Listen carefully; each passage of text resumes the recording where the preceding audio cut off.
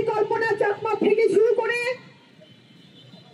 আজকে যে খাগড়াছড়িতে বার্মা কিশোরীর ধর্ষণ আজ অবধি কোনোটাই আমরা বিচার করতে আমরা দেখিনি।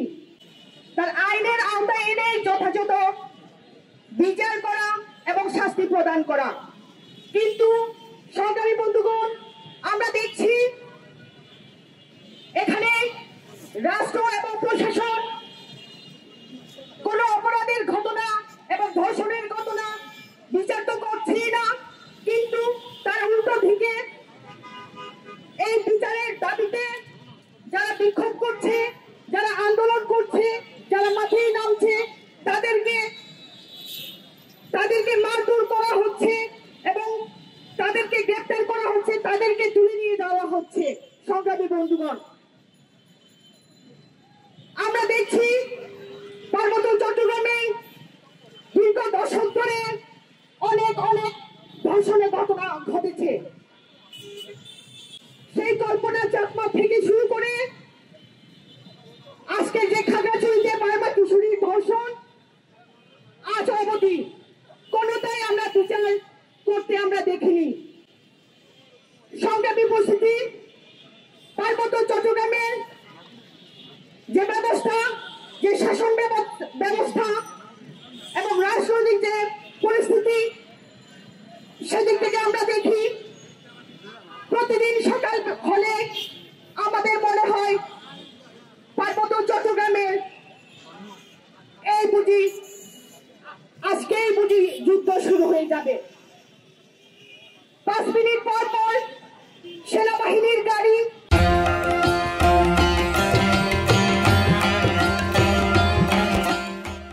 সেনাবাহিনীর মহড়া।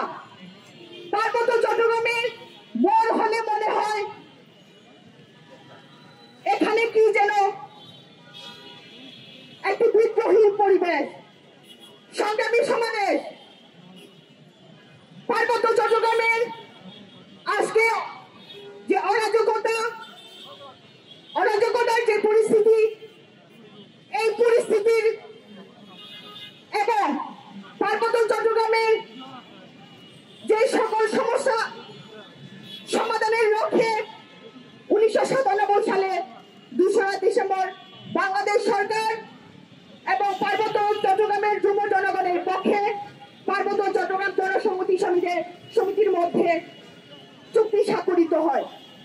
আজকে এই চুক্তির 28টি বছর অতিক্রান্ত হলেও পার্বত্য চট্টগ্রামের সেই সকল সমস্যার সমাধান না হয় আজকে পার্বত্য চট্টগ্রামের দিন দিন সন্ত্রাস এবং যে পার্বত্য চট্টগ্রামে দমন-পীড়ন এবং ধরপাকড় এবং নিরীহ যুবকদের সন্ত্রাসী এবং তাদেরকে বিনা অপরাধে জেলখানায় বন্দী রাখা হচ্ছে। সংগ্রামী সমাবেশ, আজকে আমরা দেখেছি, গতকাল আমরা দেখেছি আমাদের ভাই তিনি এই যে ধর্ষণের ঘটনার প্রতিবাদ করতে গিয়ে তাকে সেনাবাহিনী জোর জবরদস্ত করে মারধর করে তাকে তুলে নিয়ে গেছে। কিন্তু আমাদের ছাত্র সমাজ বিক্ষোভের মুখে এবং ছাত্র সমাজের প্রতিবাদে তারা সেই আমাদের ভাইকে ছাড়তে বাধ্য হয়। সংগ্রামী সমাবেশ, আমরা আজকে এখানে যারা কথা বলতে এসেছি, আমরা এখানে যারা প্রতিবাদ করছি, আমাদের সাথে যে এটা ঘটবে না সেটা বলা যায় না।